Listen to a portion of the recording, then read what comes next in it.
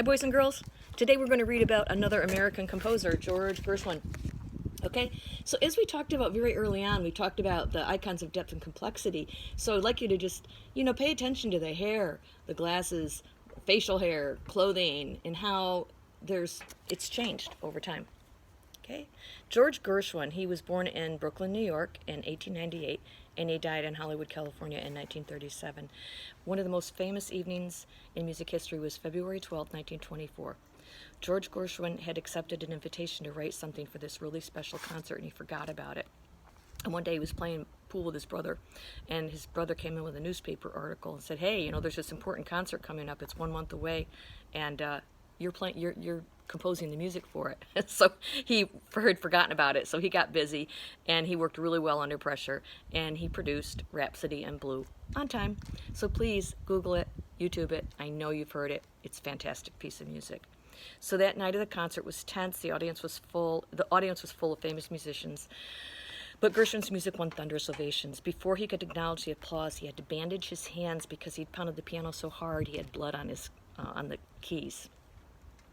While he was growing up, Gershwin assumed music was something that girls did. He played stickball and baseball and was the roller skating champion of his neighborhood on the Lower East Side of Manhattan. Then at age 10, he heard a classmate playing Dvorak for some younger grades, and suddenly he saw the beauty of music. So he was inspired just by this one person playing a piece of music. Gershwin's parents were Russian Jewish immigrants, and so they'd bought a second-hand piano for his older brother. George was so eager that his parents let him take lessons. He left school at 16 and worked 10 hours a day in music stores, demonstrating new songs and trying to get his own published. Gershwin's first hit was Swanee, one of the earliest phonograph records ever made, and sold over 2 million copies. At age 19, he'd become rich and famous. Imagine that.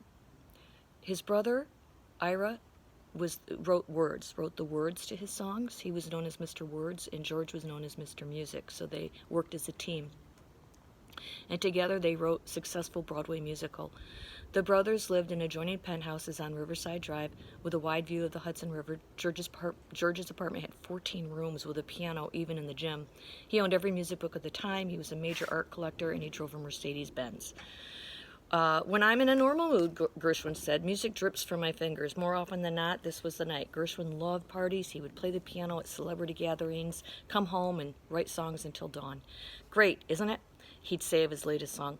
Gershwin was in love with his own music and talked about himself constantly. When he was being driven somewhere, he would say, "You've got Gershwin with you, so drive carefully." Most people were charmed, not repelled. He dated glamorous actresses, though he never married. When a woman he liked married someone else, he would say, "I feel terrible if I weren't so busy." He was proud of his tan and his muscular physique. He played golf, he rode horses, he went skiing, he played tennis. He also hung out with Arnold Schoenberg, who was another famous modern composer. When he started losing his hair, he bought a refrigerator-sized machine that was said to stimulate hair growth. So he's a little bit vain. Gershwin would polish off a quart of ice cream in one sitting, but most of the time he had stomach problems, and he kept to a bland diet: toast, cereal, crackers, and applesauce. And he constantly smoked cigars. Ugh. In 1936, during a concert tour that ended in Los Angeles, Gershwin began having memory lapses and dizzy spells with the sensation that he was smelling burning rubber. Very strange. 6 months later, he died of a brain tumor at 38. He had 2 funerals at the same time. At the start of services in Hollywood, all the movie studios shut down for a moment of silence in his honor. In New York, the funeral music was Bach, Beethoven, and Rhapsody in Blue. So there you have it. George Gershwin. Look up Rhapsody in Blue and take a listen. Until next time.